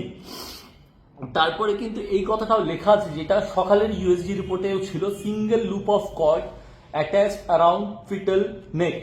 ঠিক আছে, অ্যারাউন্ড দ্য ফিটাল নেক, এটা কিন্তু পরিষ্কার লেখা আছে যে single loop of cord attach around the fetal neck. আচ্ছা, এরপরে ওনার এখানে এই রিপোর্টটা নিয়ে আমি ওনার বাড়ি যাই, মেডিভিউ আর ডিভাইন কেয়ার রিপোর্ট নিয়ে ওনাকে গিয়ে আমি রিকোয়েস্ট করি, আমি বলি ওনাকে যে ওনাকে হাত জোর করে বলি, ডাক্তারবাবু আপনি সকালবেলা কেন ওটি করলেন না, যখন আমি ওটিটা জানার ছিল খালি এইটুকুনি ছিল যে আপনি আমি কেন এটা ওটি করলেন না, জিজ্ঞেস কর্ডটা করলাম। যখন গলায় জড়িয়ে গেছে দম নিতে পারছে। আমি যখন ডিভাইন কেয়ারে রিপোর্টটা যখন আনতে গেছিলাম, তখন আমার ডিভাইন কেয়ারে বলা হয় যে আপনার এই রিপোর্ট দেখে ওটি করেননি ডাক্তারবাবু। আমি বলছি না ডাক্তারবাবু তো রেখে দিলেন অবজারভেশনে। তখন বলছি এই রিপোর্ট তো আমরা, যেটা কাঁচা রিপোর্ট তখন ওনারা দিয়েছিলেন, বলছি এই রিপোর্ট দেখে তো যে কোনো ডাক্তার তখনই ইমিডিয়েটলি ওটি করে। তো আমি ওই অবস্থায় ওনার কাছে গিয়ে তাই প্রশ্ন করি যে ডাক্তারবাবু এই যে রিপোর্ট, আমি এরকম করে দেখাই, ডাক্তারবাবু এই যে রিপোর্ট, এই রিপোর্ট দেখে আপনি কেন ওটি করেননি, তখন ওটি করলে হয়তো আমার বাচ্চাটা বেঁচে যেত। উনি বলেন এইভাবে পেট কেটে দেওয়া যায় না, যখন তখন বললেই পেট কেটে দেওয়া যায় না। উনি আমায় এই কথাটা বলেন, বলে উনি বলেন যে আমি বলি আচ্ছা ডাক্তারবাবু আপনি চলুন, ও খুব কষ্ট পাচ্ছে, আপনি চলুন একটু এখানে। তখন উনি আমায় বলেন যে আমি যেতে পারবো না, ওনাকে নিয়ে আসুন আমার কাছে। ততক্ষণে আমার বাড়ির লোক আমায় ফোন করে জানায় যে সোহিনীর ব্লিডিং শুরু হয়ে গেছে, আর খুব ব্যথা কষ্ট পাচ্ছে। সেই সময় আমি ডাক্তারবাবুকে আবার বলি ডাক্তারবাবু প্লিজ, ওর কষ্ট পাচ্ছে, ব্লিডিং শুরু হয়ে গেছে। ডাক্তারবাবু আমায় বলে বাহ এটা তো খুব ভালো কথা। আমি বললাম ভালো কথা, কি করে বলছেন ভালো কথা? উনি বলছেন তার মানে ওষুধ দিতে হবে না, ওর লেবার পেন শুরু হয়ে গেছে, ব্লিডিং শুরু হয়ে গেছে, ওকে নিয়ে আসুন, আমি ওকে কাউন্সেলিং করব, ওকে আমার কাছে নিয়ে আসুন, আপনাকে বলতে হবে না, আমি কাউন্সেলিং করব, আমি বুঝিয়ে বলবো, আর আমার এখানে পলিক্লিনিকে ওকে অ্যাডমিট করব, আমি এখানে দরকার হলে সারা রাত থাকতে পারবো, আপনি ওকে নিয়ে আসুন। সেই অবস্থা উনি গেলেন না বলে আমরা আবার নার্সিংহোমে যাই, মিলেনিয়ামে গিয়ে অ্যাম্বুলেন্সে একটা জোগাড় করি, অ্যাম্বুলেন্সে করে সৈনিকে নিয়ে আমরা সেই অবস্থায়, ও তখন ব্লিডিং শুরু হয়ে গেছে, ওকে একটা প্যাড করিয়ে দিয়েছে। জানি না আমার বাচ্চাটা বেঁচে না, আমাকে তো কেউ বলে। আমার জিজ্ঞেস করছে অ্যাম্বুলেন্সে যেতে যেতে ওকে আর ওর ভাইকে আর আমাকে, যে কি গো তোমরা কিছু বলছো না, বাচ্চাটা কি নেই, মুভমেন্ট কি পায়নি? আমি বললাম যে না কিছু হয়নি, চলো ডাক্তারবাবু তো তোমায় ডেকেছে, তোমায় দেখবে, এখন দেখবে, দরকার হলে ওটি করবে, পলিক্লিনিকে নিয়ে যাওয়া হবে। ও তখন আমার দিকে তাকে বলছে সত্যি বলছো তো, করে নিয়ে যাওয়া হলো। ডাক্তারবাবুকে নিয়ে যাওয়ার পর আমরা ধরে নিয়ে গেলাম, তখন ডাক্তারবাবু পেশেন্ট দেখছেন, ওকে নিয়ে গিয়ে বেডে শোয়ালেন, একটু টিপে দেখে বললেন যে আচ্ছা বসো এবার। ও তখন ডাক্তারবাবুকে বলছে ডাক্তারবাবু হাত ধরে ও বলছে ডাক্তারবাবু আমার বাচ্চাটা বেঁচে যাবে তো? তখন ডাক্তারবাবু বলছে যে যে তুমি জানো না তোমার সাথে কি হয়েছে? বলছে তোমার বাচ্চা তো বেঁচে নেই, সকালবেলায় তো বললাম ফিটাল হার্ট রেট পাওয়া যাচ্ছে না। তখন ও বলছে ডাক্তার সকালবেলা তো আমরা দুজনে দেখলাম একসাথে। বলছে না, ও কি দেখেছো ওরম মিস হয়। উনি বলছেন মিস হয়। তার আগে আমি সকাল আরেকবার যখন গেছিলাম আগে, তখন আমি ডাক্তারবাবুকে বলছিলাম আপনি তাহলে বলুন, এইভাবে রিপোর্টটা রেখে আমি বলছিলাম আপনি তাহলে বলুন এই রিপোর্টটায় যে লেখা আছে ফিটাল হার্ট রেট 109 থেকে 175 যে লেখা আছে, আপনি বলে দিন এই রিপোর্টটা ভুল। উনি এরকম করে বললেন যে না আমি ভুল তো বলছি না, আমি তো ভুল বলছি না, আমি রিপোর্ট ভুল বলছি না, আমি বলছি মিস হতে পারে, ইউএসজি রিপোর্টে ফিটাল হার্ট রেট মিস হতে পারে ওনার কথা অনুযায়ী। আমি তখন বললাম মিস হতে পারে তার মানে আপনি বলছেন ভুল, তাহলে আমি গিয়ে ওখানে গিয়ে ডিভাইন কেয়ারে গিয়ে কথা বলি যে আপনারা ভুল রিপোর্ট দিয়েছেন। উনি তখন আমায় বলছিলেন যে না না আপনি তো আমার মুখে আঙুল দিয়ে কথা বলাচ্ছেন, আমি তো বলিনি ভুল, আমি বলছি মিস হতে পারে। আমি বুঝলাম না দুটো তফাৎ। যাই হোক, মেডিকেল টার্ম সবকিছু তো আমরা বুঝি না। আমরা তখন ওকে নিয়ে আসি, ওখানে নিয়ে আসার পর ওকে সেই অবস্থায় ডাক্তার বললেন, আমি ডাক্তারবাবু বাড়িতে ঢুকেছি যখন, তখনও রক্ত পড়তে পড়তে ঢুকেছি, বেরিয়েছি হাঁটতে হাঁটতে। মানে ওখানে যদি কোন রকম ভাঙচুর বা অ্যাটাক করা হতো তাহলে আমরা দ্বিতীয়বার পুনরায় কি করে যাব? প্রথমবারেই যদি ভাঙচুর করি তাহলে দ্বিতীয়বার কি করে যাব? মিলেনিয়ামে উনি বলেছেন যে মিলেনিয়াম হসপিটাল বা নার্সিংহোমেও অনেক আমাদের বাড়ির লোকরা অ্যাটাক করার চেষ্টা করেছে, গায়ে হাত দেওয়ার চেষ্টা করেছে। মিলেনিয়ামে ওনার বাড়ির বাইরে তো একটাই মনে হয় সিসিটিভি আছে, মিলেনিয়ামে অনেকগুলো আছে, আমি দেখেছি। আমি আগে মানে সকাল থেকে তো ওখানেই ছিলাম, সকাল থেকে অনেকগুলো বাইরে ভেতরে সব। যদি একটা সিসিটিভি ফুটেজ আমাদের দেখানো হয় বা আমাদের সামনে আনা হয়, যেই সিসিটিভি ফুটেজে দেখা যাবে যে একটা মানুষের গায়ে হাত দেওয়া হয়েছে, আমাদের বাড়ির লোকে হাত দিয়েছে, অথবা কোনো জিনিস কোনো প্রপার্টিতে একটা হাত দেওয়া হয়েছে, মানে একটা বাড়ি অবধি মারা হয়েছে বা নোকের আঁচড় দেওয়া হয়েছে, যদি দেখানো হয় আমরা সত্যি বলছি আমরা মেনে নেবো দেখানো যদি হয়। মানসিকতা তো কারো ছিলই তো না। তখন সেই অবস্থা থেকে আমরা ওকে ইয়েতে পলিক্লিনিকে নিয়ে যাওয়া হয়। ওখানে পলিক্লিনিকে ডাক্তার বলেন যে আপনি যান, আমি আসছি, উনি পেশেন্ট দেখে আসবেন। আমরা তখন নিয়ে যাই, গিয়ে ওকে ওখানেও আবার মানে একদম টপ ফ্লোরে নিয়ে যাওয়া হয়, এসি রুমে গিয়ে ওখানে অ্যাডমিট করা হয়। ওর ততক্ষণে লেবার পেন শুরু হয়। ওটা প্রায় 6:30 হবে মনে হয়, 6:30 নাগাদ, 7টাও হতে পারে, আমি ঠিক এক্স্যাক্টলি আমার টাইমটা মনে নেই, ওই 6:30 7টা হবে। ওই সময় ওখান থেকে ওকে শুয়ে, ওখানে যে নার্সরা ছিলেন 3-4 জন খুবই কোঅপারেট করেছেন, তখন ওনারা খুব কোঅপারেট করেছেন। ওনারা বারবার ওকে মা মা করে বলছিলেন, মা তুই চিন্তা করিস না, হয়ে যাবে, তুই তোমায় বলেনি, বাট ওনারা জানতেন। ওনারা বারবার বলছিলেন যে তুই চেষ্টা কর, কিছু হবে না। কেউ বলছিল তুমি চেষ্টা করো, কিছু হবে না। আমি ভেতরে দাঁড়িয়েছিলাম, ও বারবার বলছিল তুমি আমার পাশে থাকবে, আমি দাঁড়িয়েছিলাম ওর হাত ধরে। ওনারা খুব চেষ্টা করেন, ও অনেক চেষ্টা করে, পটি হয়ে যায়, মানে আমাকে পটি হওয়ার জন্য ওষুধ দেওয়া হয়। আমি আমার যে কি যন্ত্রণা হচ্ছিল, কি কষ্ট হচ্ছিল আমি জানি। 6টা থেকে রাত অত অবধি আমি চেষ্টা করতে থাকি। ডাক্তারবাবু ওপরে এসে বললেন না, ইতিমধ্যে ডাক্তারবাবু আসেন ওখানে। যখন আসেন নিচে, তখন আমার বাড়ির লোকরা, আমার বাড়ির যারা ছিলেন তারা ওনাকে প্রশ্ন করেন। স্বাভাবিকভাবে আমার মনে হয় এটা আমার জায়গায় যদি অন্য কেউ থাকতো তাদেরও তাই থাকতো। ডাক্তারকে প্রশ্ন করা হয়েছিল। ওখানে সোহিনীর মা কান্নাকাটি করতে করতে ওনাকে বলেছে কেন আমার মেয়ের বাচ্চাটা এরম অবস্থা হলো, কেন বাঁচাতে পারলেন না, এই সব প্রশ্ন ওনাকে করা হয়েছিল। তারই একটা ভিডিও আমার বাড়ির লোক, আমার নিজের ফ্যামিলি মেম্বার একজন সেইখানে ভিডিও করেন। সেই ভিডিওটা থেকেই আপনারা জানতে পারেন। সেই ভিডিওটা তার একটা মানে হয়তো আবেগের বশে উনি সেই ভিডিওটা পরের দিন পোস্ট করেন, কিছু কথা লেখেন, যার জন্যই আপনারা সবাই জানতে পারেন। তো সেটা হওয়ার পর থেকে বিভিন্ন রকমের কথা ওঠে। যাই হোক, সেখানে ডাক্তারকে গায়েও কিন্তু সেখানেও আমি বলছি সেই ভিডিওতেও কিন্তু যা আছে বা সিসিটিভি ফুটেজও যদি পাওয়া যায়, পলিক্লিনিকেও কিন্তু ডাক্তারবাবুর গায়ে হাত দেওয়া হয়নি। ওখানে ওনাকে প্রশ্ন করা হয়েছে, সবাই মিলে ওনাকে প্রশ্ন করেছে, উনি কিছু বলতে পারছিলেন না, বলছিলেন বারবার যে আমার হাত পা কাঁপছে, আপনারা এরকম করবেন না, আমায় পেশেন্টকে বাঁচাতে হবে। তখন আমি এসে, আমার অবস্থা খুবই খারাপ ছিল, আমি নিচে আসি। আমি আবার দিদি বা সবাইকে রিকোয়েস্ট করি যে ওনাকে ছেড়ে দিন, আমার বউটাকে বাঁচাক, এখন আমার বউটাকে বাঁচাক, যা হারিয়েছি আমি তো হারিয়েছি, এবার আমার বউটাকে বাঁচাক, ও কষ্ট পাচ্ছে। সেই মোমেন্টে ডাক্তারবাবুর সাথে আমি লিফটে করে উপরে যখন যাই, ডাক্তারবাবুকে আবার বলি, রিকোয়েস্ট করি ডাক্তারবাবু ওকে বাঁচিয়ে দিন, আমার বউকে বাঁচান। তখন উনি আমাকে আবার বলেন আপনার বাড়ির লোক আমাকে হ্যারাস করছে, আমার দোষ কোথায়, বাচ্চার তো ফিটাল হার্ট রেট ছিলই না, হ্যাঁ এখন আমাকে ইনসুলিন খেতে হবে, এইসব কথা উনি বলেন। বলে ওর কাছে যান, গিয়ে ওকে তারপরে অ্যাটেন্ড করেন। আমাকে এসে বলেন যে তোমার বাচ্চাকে তো আমি মারিনি, তোমার বাচ্চাকে তুমি মেরেছো, তুমি কেন ফটো দিয়েছো? তাই জন্য তোমার বাচ্চা মরে গেছে। আমি তখন লেবার পেনে কষ্ট পাচ্ছি, দলা দলা রক্ত বেরোচ্ছে খালি। আমি তাকিয়েছি ডাক্তারবাবুর দিকে। উনি বললেন একজন আয়াকে যে আমার এক ভাগ্নে অস্ট্রেলিয়া থাকে, সেও এরকম শ্যুট করেছিল। 3 বছর পর ফোন করে বলে তাদের বাচ্চা অটিস্টিক হয়েছে।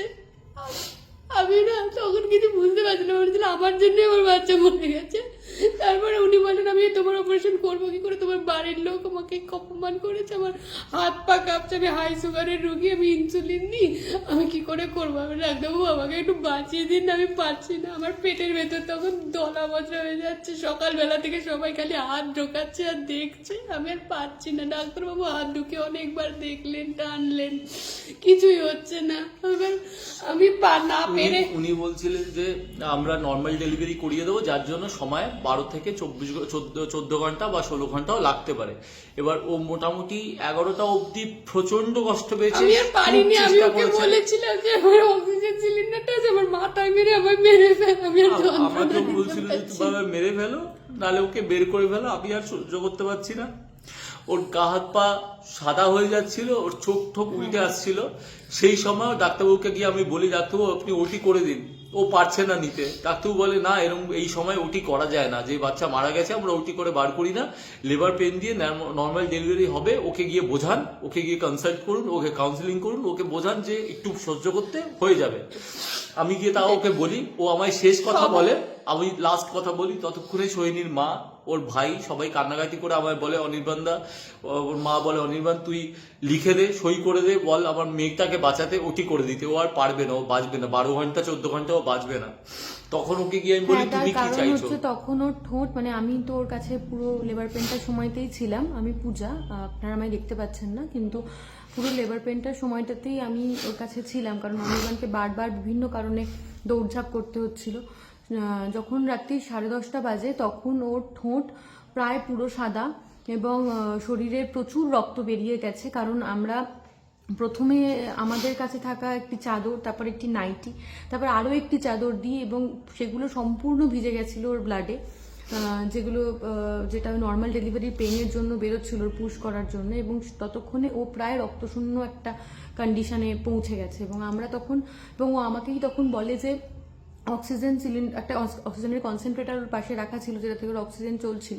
তখন ও লাস্টে ও একেবারেই ব্রেসলেস এবং ইনসেনিটির পর্যায়ে পৌঁছে যায় এবং আমাকে বলে যে তুই আমাকে ওইটা তুলে মেরে দে। প্রথমেও আমাকে বলছিল যে আমাকে বাঁচা, আমাকে বাঁচা।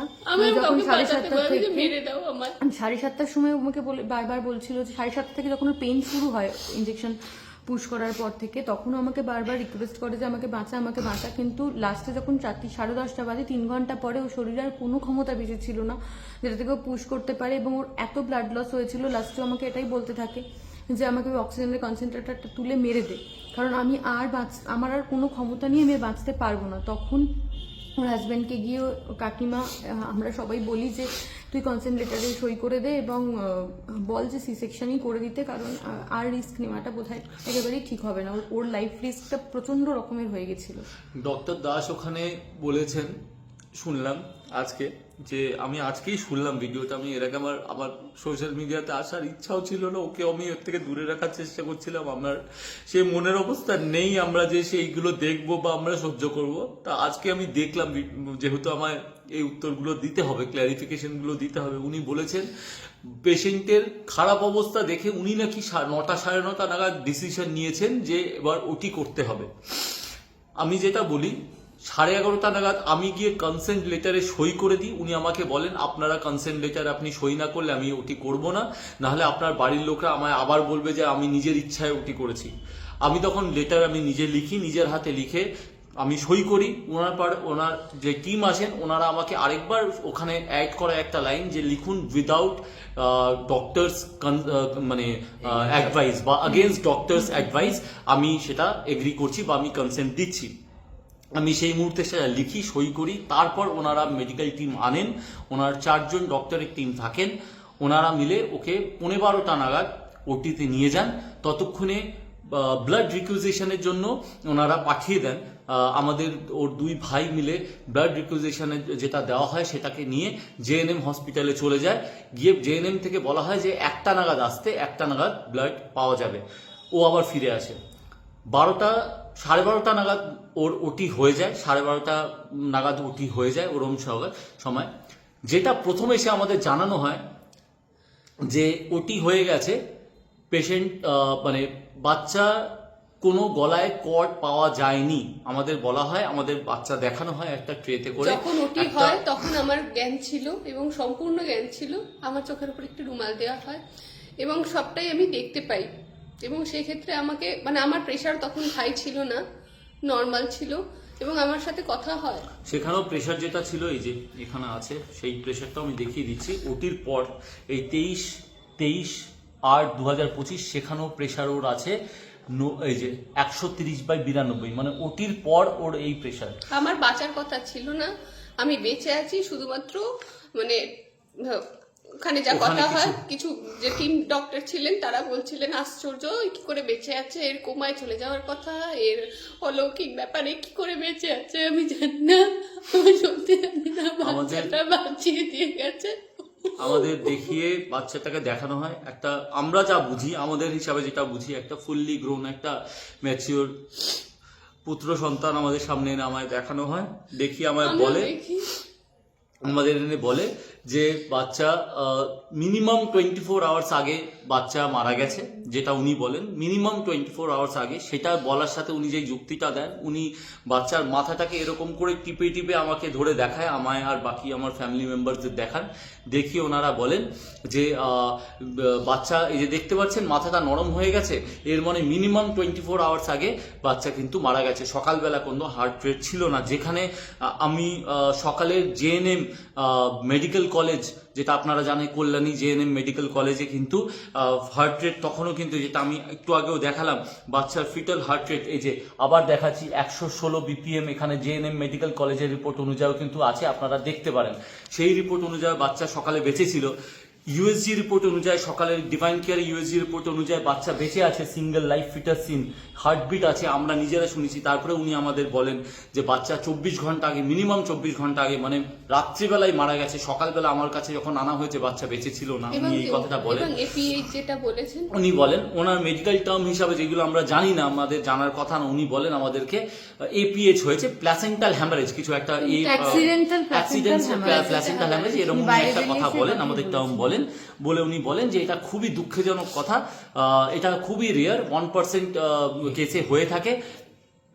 তখন ওনারা বলেন যে কোনো কর্ড পাওয়া যায়নি। সকালের রিপোর্ট তো আমি আগেই বলেছি আপনাকে, সকালের রিপোর্টটা আমার মনে হয়েছে ঠিক ছিল না, উনি এই কথা বলেন। করে ওনার বলার পর আমাদের দেখানোর পর প্ল্যাসেন্টা দেখানো হয়, স্বাভাবিকভাবে প্ল্যাসেন্টার দলা দলা হয়েছিল, ওনারা ওটা দেখি আমাদের বলেন যে এইটাই হচ্ছে প্ল্যাসেন্টাল হ্যামারেজ হলে, এই যে দেখতে পাচ্ছেন প্ল্যাসেন্টাল হ্যামারেজ হলে এরকম দলা দলা হয়ে যায়। এই কেসে বাচ্চা যেরকম বাঁচে না, মায়েরও কিন্তু বাঁচার চান্স খুব কম থাকে, মায়ের কিন্তু হাই রিস্ক থাকে, ঠিক আছে, আর থাকে, হাই রিস্ক থাকে সেখানে। তো ওনারা তখন কি করেন, সঙ্গে সঙ্গে ওখানে একজন ডক্টর ছিলেন, আমরা তার কাছে খুব কৃতজ্ঞ, মানে আমি যে বেঁচে আছি। উনি আমাকে বলেন, আমার সাথে কথা বলেন, উনি আমাকে বলেন যে শুনুন, চিন্তা করবেন না, এখন কোনো ব্লিডিং হচ্ছে না এই মুহূর্তে পেশেন্টের, কিন্তু যে কোনো মুহূর্তে ব্লিডিং হতে পারে ইন্টারনালি, সেইটা হলে কিন্তু বাঁচানো খুব মুশকিল হয় পেশেন্টকে। সেই জন্য এখানে আমাদের কাছে সেই সিস্টেম নেই, আমাদের কাছে সেই প্লাজমা বা ব্লাড আমরা সেইভাবে প্রোভাইড করতে পারবো না, আমাদের কাছে নেই। আমরা জেএনএমে আপনাদের অ্যারেঞ্জ করে দিচ্ছি, এইচডিউতে উনি ওর জন্য একটা বেড অ্যারেঞ্জ করে দেন, করে ওনারাই একটা ব্যবস্থা করে দেন, ডাক্তারের সাথে একজনের কথা বলিয়ে ঠুলিয়ে আমাদের বলে দেন, নাম্বার দিয়ে দেন, করে উনি অ্যারেঞ্জ করে একটা অ্যাম্বুলেন্স ডেকে ওই সময় বলেন যে পেশেন্টকে নিয়ে যান, দরকার হতে পারে 48 ঘন্টা অবধি পেশেন্টকে কিন্তু হাই রিস্ক আছে, কিছু বলা যাচ্ছে না কি হতে পারে, আপনারা ইমিডিয়েটলি নিয়ে যান। আমরা তখন 1:30 নাগাদ ওখান থেকে ওই সদ্য ওটি হওয়ার পর ওকে আবার আমরা টানাহাচড়া করে আমরা সেই অবস্থায় আবার পেশেন্টকে, মানে সকাল থেকে ওকে কিভাবে আমরা এদিক ওদিক করে নিয়ে যাওয়া হয়েছে, ওখান থেকে আবার আমরা পলিক্লিনিক থেকে জেএনএমে আমরা নিয়ে যাই। টোটাল 8 বার আমরা ওকে নিয়ে বিভিন্ন জায়গায় ঘুরে বেড়াই এবং ডক্টর দাস ছাড়া আরো যিনি টিমে ছিলেন তিনি আর কি আমাদেরকে এই বিষয়ে সাজেশন দেন এবং ওর জন্য এইচডিউতে বেডেরও ব্যবস্থা করেন। তো ওনার কাছে সত্যি সত্যি আমরা কৃতজ্ঞ, আমরা তার কাছে মানে সত্যি হাত জোর করে বলছি থ্যাংক ইউ। আমরা কৃতজ্ঞ যে আপনার জন্য আপনি যে ব্যবস্থা করে দিয়েছিলেন, তাই জন্য আমার বউকে আমি ফিরিয়ে আনতে পেরেছি। এইচডিউতে না নিয়ে গেলে আমার বউ ফিরে আসতো না। ওখানেও নিয়ে যাওয়ার পরেও ডাক্তাররা তাই বলে আমাকে। তার সেই রাত আমি আর ওর মা আমরা ওয়ার্ডের বাইরে বসে থাকি, সারা রাত জেগে থাকি। রাত্রেবেলা ব্লাডের রিকোয়ারমেন্ট হয়, আমাকে আবার পাঠানো হয়, আমি ব্লাড আনতে যাই। ব্লাড ব্যাংক থেকে আমি রাত্রে 3:30টার সময় ব্লাড এনে দিই, ওকে দেওয়া হয়। ও সারা রাত ঘুমাতে পারেনি। ডাক্তারকে জিজ্ঞেস করি, ডাক্তার বলে এখন অবধি কিছু বলা যাচ্ছে না, 2 দিন গেলে আমরা জানাতে পারবো। সেই অবস্থায় আমরা 2 দিন পর ওকে এইচডিউতে থেকে নর্মাল বেডে দেওয়া হয়। হ্যাঁ, ও তাড়াতাড়ি রিকভার করে শুধুমাত্র এইচডিউর জন্য। এখানে আরেকটা কথা বলি, যে এই কথাটা আমি মিস করে গেছি অ্যাকচুয়ালি, মানে অনেক বিভিন্ন জিনিস তো কথা উঠে এসেছে। যেটা বলা হয়েছিল ও মানে হাইলি এল্ডারলি, বা ওকে বলা হয়েছে যে ভেরি এল্ডারলি মাদার। আপনাদের যেটা প্রেসক্রিপশন বারবার আমি দেখাচ্ছি, ওনার প্রেসক্রিপশনটাই দেখাচ্ছি, কারণ কি ডাক্তারবাবু তো লিখেছেন। ওনার প্রেসক্রিপশন অনুযায়ী পেশেন্টের যদি আমরা এখানে এজ দেখাই, যখন ওটি করছি তখনও উনি বলছেন দেরি করে বিয়ে করে, দেরি করে বাচ্চা হয়, তারপর বাচ্চা নষ্ট হয়ে যায়, তখন আমাদের দায় হয়।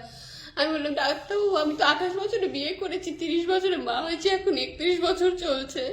তো আমি আরেক ডাক্তারকে জিজ্ঞেস করি যে আমি কি আর পরে মা হতে পারবো? যে হ্যাঁ মা কেন পারবে না, নিশ্চয়ই পারবে। তো জেএনএমে যেটা হয়, ওর আধার কার্ডের জেরক্স নেওয়ার পর যেগুলো লেখা হয়, টিকিট করা হয়। এই যে এখানে দেখতে পাচ্ছেন 31 বছর বয়স, সোহিনীর বয়স এখন 31 বছর বয়স। যখন থেকে দেখানো হচ্ছে তখন 30 থেকে শুরু হয়েছিল, ওর ফেব্রুয়ারিতে জন্মদিন, তারপরে 31 হয়। এখন ওর 31 বছর বয়সের একটা মহিলাকে যদি 2025 সালে এসে বলা হয় হাইলি এল্ডারলি বা ভেরি এল্ডারলি মাদার, এই যে যেটা এখানে মেডিভিউতেও এই যে আমি দেখাতে চাইছিলাম, যে রেকর্ডটা দেখলেই তো আপনারা বিশ্বাস করবেন, আমি তো কোনো প্রমাণ ছাড়া কথা বলছি না। এই যে এখানে এজ আছে, সেক্স আর এজ এখানে দেখতে পাচ্ছেন 31 ইয়ার্স ওর এজ। তো এই বয়সের উনি বলেছেন ভেরি এল্ডারলি মাদার। উনি একটা কথা বলেছিলেন যেটা হচ্ছে হাই রিস্ক প্রেগনেন্সি, উনি বলতে চেয়েছেন হাই রিস্ক প্রেগনেন্সি ছিল, ওকে বেড রেস্ট বলা হয়েছিল। তাহলে আমি জিজ্ঞেস করব সেটা সবাইকে, বেড রেস্ট যদি বলা হয় নিশ্চয়ই ওনার প্রেসক্রিপশনে কোথাও বেড রেস্টের কথা মেনশন হবে। আপনারা দেখে নিন, আমি এরকম ভাবে ধরে ধরে বারবার দেখাতে পাচ্ছি না, এখানে দেখে নিন।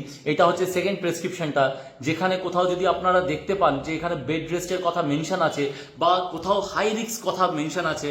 আর পুরো প্রেসক্রিপশনটা আমি আপনাদের সামনে বারবার দেখাচ্ছি এই জন্য, কারণ কি এই প্রেসক্রিপশনে আপনারা যারা জানেন বা ডাক্তাররা যারা দেখবেন তারা দেখে বলতে পারবেন যে ওষুধ যেগুলো দেওয়া হয়েছে, যেই ওষুধগুলো প্রেসক্রাইব করা হয়েছে through out the pregnancy journey, এখানে কোথাও এরকম কোনো ওষুধ আছে কিনা যে ওষুধগুলো হাই রিস্ক প্রেগনেন্সিতে দেওয়া হয়। আমরা মেনে চলেছি। ওনার যা যা কথা, উনি যা যা বলেছেন, আমরা দুজনেই সেই একটা কথাও কিন্তু অমান্য করিনি।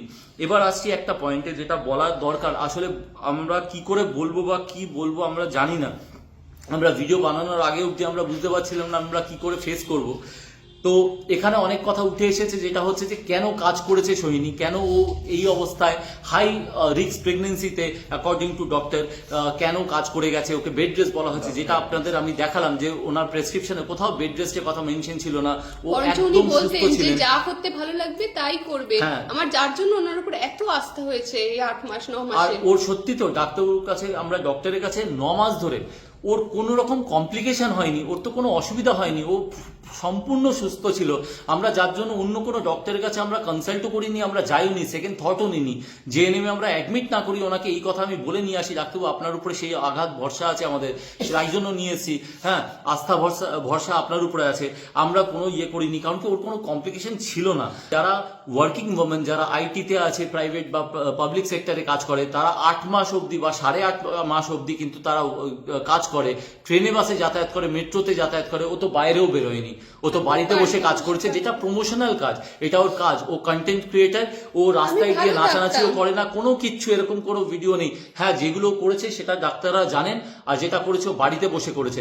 এবার এখানে আমাদের আর কিছু বলার নেই, আপনারা যা বলার আপনারা বলবেন। আর একটাই কথা, যদি কোনো এরকম অঘটন কোনো মায়ের সাথে ঘটে থাকে, তাকে দায় বা দোষী করবেন না, তাহলে সমাজে মানে মুখ দেখানোর কিছু থাকবে না। আমার ছেলেটা সত্যি কিছু একটা ছিল, যার জন্য আমি জানতে পারলাম সমাজে এত নোংরা মানুষ ভদ্র আর অভদ্র বেশি থাকে।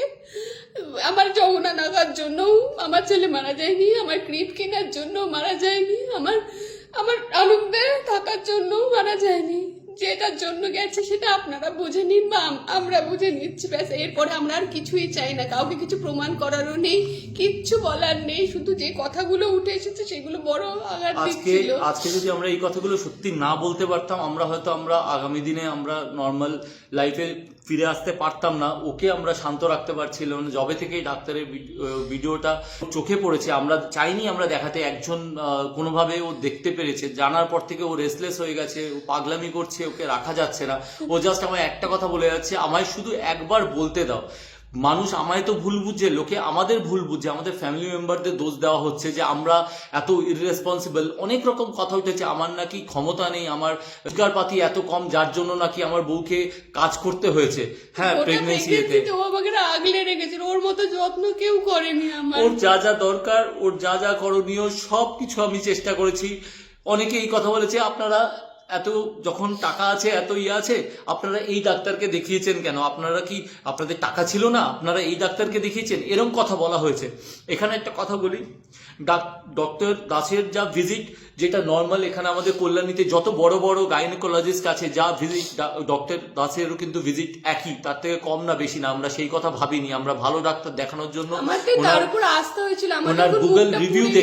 ওনার গুগল রিভিউ দেখে আমি নিয়ে গেছিলাম, যার রিভিউ আর রেটিং ভালো ছিল, সেই থেকে আমার ভরসা। তারপরে আমাদের সাথে সব রকম ব্যবস্থা, আমরা ওনার থেকে সব রকম সার্ভিস আমরা ভালো পাই। ওর মাঝে একবার এটাও আপনারা জানেন, যেটা ও এক্ষুনি বলতে যাচ্ছিল, তখনও ডাক্তার সারিয়ে দিয়েছিল, যত রাতই হোক রাত 2টোর সময় ডাক্তার ফোন ধরেছিলেন, রাত 2টোর সময় করেছি তখনও ধরেছেন। তার স্বাভাবিকভাবে আমাদের তার উপরে সেই ভরসাটা আসবেই, কারণ কি আমরা জানি এত ইমার্জেন্সিতেও রাত 2টোর সময় ডক্টর ফোন ধরছেন, সকালবেলা আমাদের অ্যাটেন্ড করেছেন, আমরা সেই ভরসা ওনার উপরে ছিল।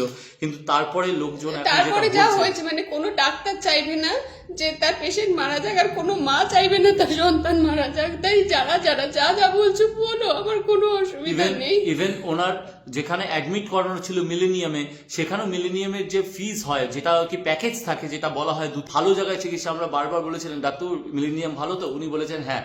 কিন্তু আমরা সত্যি জানতাম না যে ওখানে ইউএসজির যে সুবিধা নেই, সেটাও জানতাম না। যদিও আমরা কাউকে কোনো ব্লেম করছি না, আমাদের ভিডিওটা তার উদ্দেশ্য না। আমাদের এখানে কারোর এগেন্সে, আমাদের এখানে পাওয়ার হারানোর কিচ্ছু নেই, আমরা আর কিছু এখান থেকে পাবো না, হারাবো না। জাস্ট আমরা এগিয়ে যেতে পারতাম না যদি, যেটা আমাদের দুজনকে মিথ্যে সবাই ভাবছে, আমাদের কথা সব মানে আমাদেরকে ভুল ভাবছে, সেই জন্য আমরা সেই পয়েন্টসগুলো আমরা তুলে ধরেছি। প্রত্যেকটা ভিডিওতে আমরা প্রমাণ সমেত আমরা সেই জিনিসগুলো দেখিয়েছি, যেটা আপনারা কেউ জানেন না। এই যে আমার অবাক লাগলো, এতদিন ধরে এত কথা, এত কিছু নিউজ, কেউ আমাদের থেকে কেউ জানতে চায়নি, কেউ আমাদের জিজ্ঞেসও করেনি, কেউ আমাদের কাছে আসেননি, কেউ জানতেন না, আপনারা বাড়ির লোক ছাড়া কেউ জানতেন না। তারপরে সবাই নিজের মতো করে গল্প ভেবে নিয়েছেন, স্পেকুলেট করেছেন, নিজের মতো সব গল্প ছড়িয়েছেন। তাই জন্য আজকে আমাদের আশা, যা বলার যা আমাদের বলা হয়ে গেছে। প্লিজ দয়া করে ডাক্তারবাবুকেও কোনো রকম অ্যাটাক করবেন না, উনি নিশ্চয়ই জ্ঞানী গুণী মানুষ, ওনাকে কিছু বলবেন না। আমরা সত্যি জানতাম না ওনার হাই সুগার, ইনসুলিন নেন, সত্যি জানতাম না, বলবেন না। আমরা আমাদের দুঃখটুকুনি সত্যিটুকুনি বললাম, এরপর আপনাদের যা বোঝার আপনারা বুঝবেন। আমাদের একটু একা ছেড়ে দিন, এখন আমাদের একটু একা ছেড়ে দিন প্লিজ।